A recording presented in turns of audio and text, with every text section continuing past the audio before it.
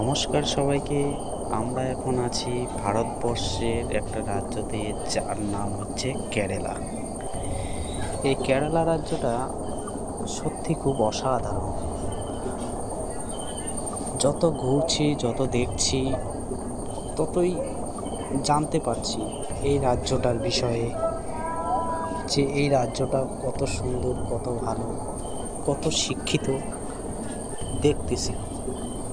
কারণ এখানে যদি আমি কোনো ছেলে মেয়ের কথা বলি, তাহলে বলতে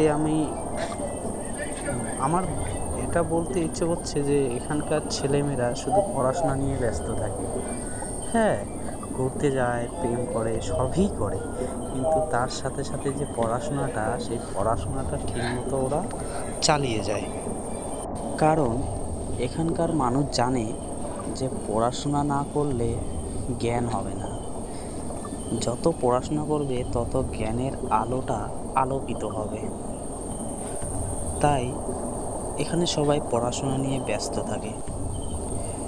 এখানকার নিয়ম কানুনও অনেকটা ভালো লাগে আমার। তো বর্তমানে আমি আছি কেরালার ত্রিশূল জেলায়। আপনারা দেখতে পাচ্ছেন যে আমি যে রাস্তাটায় যাচ্ছি, রাস্তাটা দেখতে পাচ্ছেন কত সুন্দর, খুবই সুন্দর। এখানকার ড্রাইভারগুলো খুব ভালো গাড়ি চালায়।